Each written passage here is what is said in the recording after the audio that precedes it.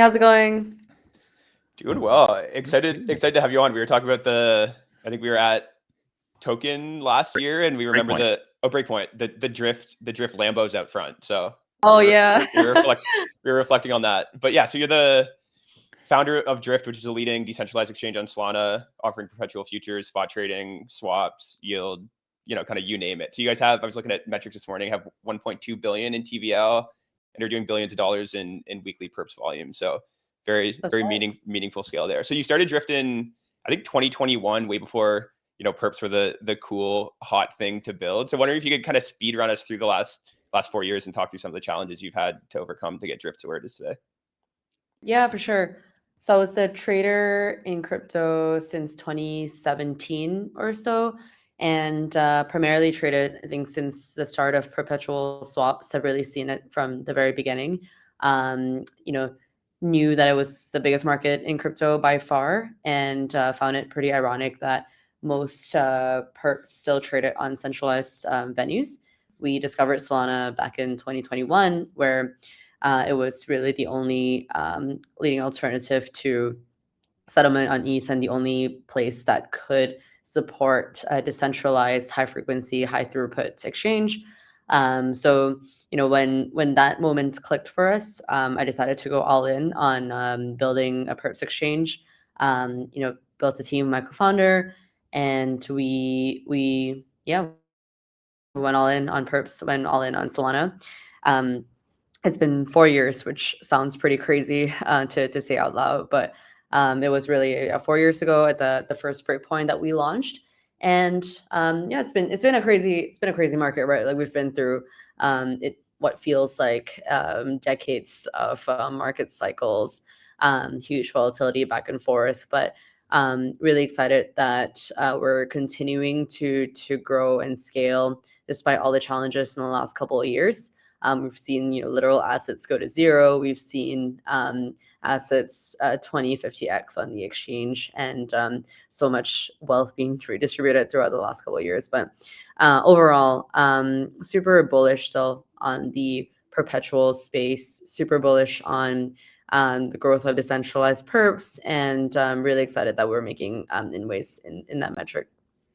So you guys have seen a ton of growth recently. I'm curious what has been driving that. For sure. Our market share has over 10x in volume in the last month. And a lot of the reason behind that was just a huge focus on perps and trader acquisition in the last month. Over the last couple of years, I would say that our focus, because we're the only platform that has cross collateral, borrow, lend, earn in the same platform, that's why our TVL is over 1.2 billion today. We've kind of directed focus in many different areas. So we went into perps, we went into even a brief stint in prediction markets. We launched an institutional product with private credit. But by doing that, we didn't place as much focus on perpetuals. A lot of the volume growth in the last month has been driven by an intense refocusing to perps. And we did that by launching a bunch of fee campaigns. We launched lots of new updates on the UI where trading, for instance, decreasing the deposit to trade time to less than 30 seconds compared to what it was. So a lot of product wins, a lot of growth, and just a lock in on volume and perp growth as all of the other products in our product suite is stabilizing. In doing that, earn has grown as well because we've gotten more traders coming in and cross using the product between perps and earn. And so the big lesson was just really locking in on a single metric and letting the other stable products grow as a result. I'm curious what you see as the core axis that perps exchanges are competing on. Is it fees, user experience, liquidity, asset breadth, brand? Obviously, it's some combination of all of those. But if you had to kind of choose one that you see as being most critical, is there an obvious answer? Yeah, I would say, fees are a driver for sure, but like people come for the fees and they stay for the experience. For us, I would say the main driver of competition and differentiation is two things. One, that we have native asset availability for both spot and perps. So if you'll notice, we are the only exchange out there that enables you to deposit any asset as collateral. Is super, super useful in bull markets because you don't want to sell your BTC or your soul in order to trade perps. You don't want to sell your soul to trade perps. And we enable what we call capital efficiency in the platform, where even if you do deposit SOL, you deposit USDC in the platform, you're continuing to earn yield as you trade. So every single dollar you place in the system is cross margin with other products. Now, what does this mean? It means that in our lending product, you actually have access to that as collateral. So you deposit, 100,000 US dollars in the platform, you're actually earning the base lending yield as you're trading perps. We launched a collab this week with Maple Finance, where we've enabled Syrup USDC as collateral on the platform. And Syrup USDC is on its own trading, allowing a 11% yield on as collateral right now. Imagine being able to trade perps and earn that 11% yield. You don't have to choose, right? And I would say that's the biggest differentiator of our platform right now, enabling these native assets to earn yield, grow as the platform grows, and give you a buffer of more PNL, to be trading with as well. So my guess is a bunch of the growth in perps generally is driven by this sort of awakening of the U.S. or North American markets to perps and the availability of those. I think that's probably one of the bigger shifts in the last little while. And I think there's also this narrative going around that, imagine what happens when the Robinhood guys discover perps. I think you can be like, okay, options are one thing, perps are a whole other thing. I'm curious, where do you think we are in that sort of adoption curve? Are we still in the absolute earliest innings, or are we seeing broader adoption come at us faster than we might have thought? So I think the user experience is quite different in options and perps. And there's a sense that while perps are a really big market for crypto, and it has grown to be the case because for crypto traders, they've gotten really used to how linear perps are, how easy they are to settle, and how much insane leverage you can get. You just don't see 101x leverage outside of crypto, right? Whereas if you look at even prediction markets traders or options traders on Robinhood, they're used to a very different landscape of trading tools, and the payoff and the reward system is really different. So for them to kind of get used to the linearity of perps, I would say is a different challenge when it comes to how do you transmute a user experience from A to B. I think we'll have to be a bit more creative than just being like one-to-one. And I'm starting to see more creative user experiences emerge around perps, where teams are building games, teams are building, tap to trade, teams are building newer experiences that kind of combine the best of options and perps. So I do think perps are going to continue to grow and get into circles outside of pure crypto circles, but the form that we see that happening in may not be what it looks like in crypto. And that's why we've started to build out our builder codes, where any teams can basically build an app, build a UI on top of the risk engine that we've continued to build out, so that they can take this. The difficulty is actually building out the liquidity engine, right? Which we've spent the last 4 years doing. Now, the fun part is building cool products on top of that. So we're kind of taking this base layer and enabling folks that already have distribution to build out cool products around perps. What that looks like could be something that we haven't seen before, and that could be what ends up really taking it to the mainstream. So lots of really cool energy there.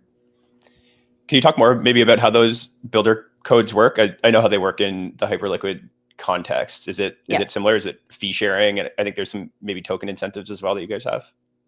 Yeah, it's pretty similar. So we enable anyone building a UI to have flexible fee sharing, and basically benefit from building out commercially, building out on top of us. So it's kind of like a evolved referral system. Referral systems focusing on influencers, micro influencers with their own audience, whereas builder coats are very much focused on applications that sit on top of what we've built. I'm curious what your answer is to why someone should use Drift over Hyperliquid today. So I think cross collateral is a big part of it. We support all assets on Solana as multi collateral, and when I talk to our users, that's the feature that they keep coming back to. We offer more leverage on some assets, and liquidity today is very much comparable. So once you get to kind of leveling ground of liquidity, the actual what you come and stay for are a couple of things. One, native assets. Two, the growth of new assets on the platform. And three, kind of the bells and whistles, right? A lot of our users, for instance, love the fact that we have earn vaults in the same platform. After they trade, they make money. They can rotate their earnings into vault products where we have external hedge fund managers come in and launch strategy vaults where you can invest into somebody else's hedge fund. And obviously, you don't have to go through the entire process of signing docs, hitting net worth minimums. You can literally do that with like $10 on Drift today. And so there's a lot of cross product pollination where users come in, they see this like shiny thing, which is perps, and then they really stay, compound their capital with all these other products that we have. So as we reach parity in a lot of the product elements, the things that people stay for are really these continuity products. And of course, the community, right? I think a big part of why people love crypto products is really the access to other people who are using the product in the community. So this is one big thing we're focusing on right now is how do we build that sort of love and that like for the product within the community itself. And I would say that's actually the largest secret sauce to any long lasting community is forging bonds between users of the product.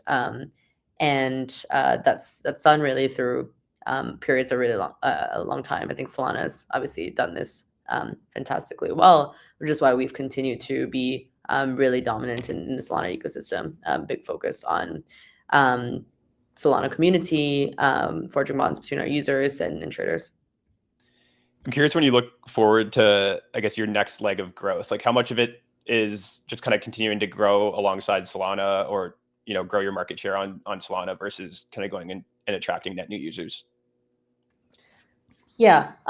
So I don't think, I think it's a two-way path. One is that there's still a lot of growth left on Solana. If you look at meme coin traders and penetrating into the audience, most of them don't know what perps are. So what this looks like is partnering with more meme coin communities and getting them to be educated on perps, why they're a superior hedging tool, why they're a better leverage tool as well. And it's kind of like getting deeper into the minds of like meme coin traders itself by partnering with front ends that provide meme coin trading volumes and Telegram bots. So a big part of our builder code push out is partnering with wallets, partnering with Telegram bots, and partnering with front ends that where meme coin traders are constantly exposed to. So that's our plan for expansion on Solana. Outside of Solana, we actually have a mobile app going live in the next month, and we're going to be focusing a lot on growth channels that are outside of X and more penetrate through the real world and new media type of channels. So really excited to have that, because in the past, getting people to kind of like use Phantom on Phantom mobile or download a Chrome extension has been a pretty big barrier. But with a mobile app, that equation changes and enables us to go much further when it comes to the breadth of our audience. So yeah, that's coming up in the next month. Very excited, and that should open up a lot of opportunities for us. Cindy, you're suggesting that X isn't real life? It's my life. It's real life for Yeah. me. Yeah. Amazing. I think one of the benefits of sort of being a place where people come and build things on top of is you get to see things early and get excited about them. And so I'm curious, what are some of the weirdest things that you've seen come across your desk as it relates to the builder codes? Ooh, weirdest. Honestly, uh, everything is interesting. I don't think weird is an Like your interesting favorite adjective. child, Cindy. My favorite child. Um, yeah, there's a really cool team that asked for 1,000x leverage because they want to they want to basically like do isolated positions, really small amounts, like $1 with 1,000x leverage. And they've been building out they've been building out kind of like um, tap to earn thing. There was another team I spoke to recently that wanted to do like a Flappy Bird game, and the bird moves, or like the obstacles move based on where price is, and if you hit it, you get liquidated. So that's kind of exciting because it's That's what I'm like talking about. There we go. exactly, yeah. I've seen some cool teams wanting to do astrology-based trading as well. I mean, obviously, I think that's one way to get into the minds of TikTok DGen users. But it's like imagine being able to trade on astrology signals and have that be executed, based on where the moon placements are right now. So As an I'm definitely Aquarius, I very feel like I have supportive an of that. advantage there, so I'm about this. I don't know Exactly. why. I don't know really what that means. Cindy, we got to leave it here with you. Thanks so much for jumping on and sharing. I mean, just an incredible journey you guys have been on. And it seems like the best is still ahead. Thanks, guys. This has been fun. Cheers. Peace, Cindy.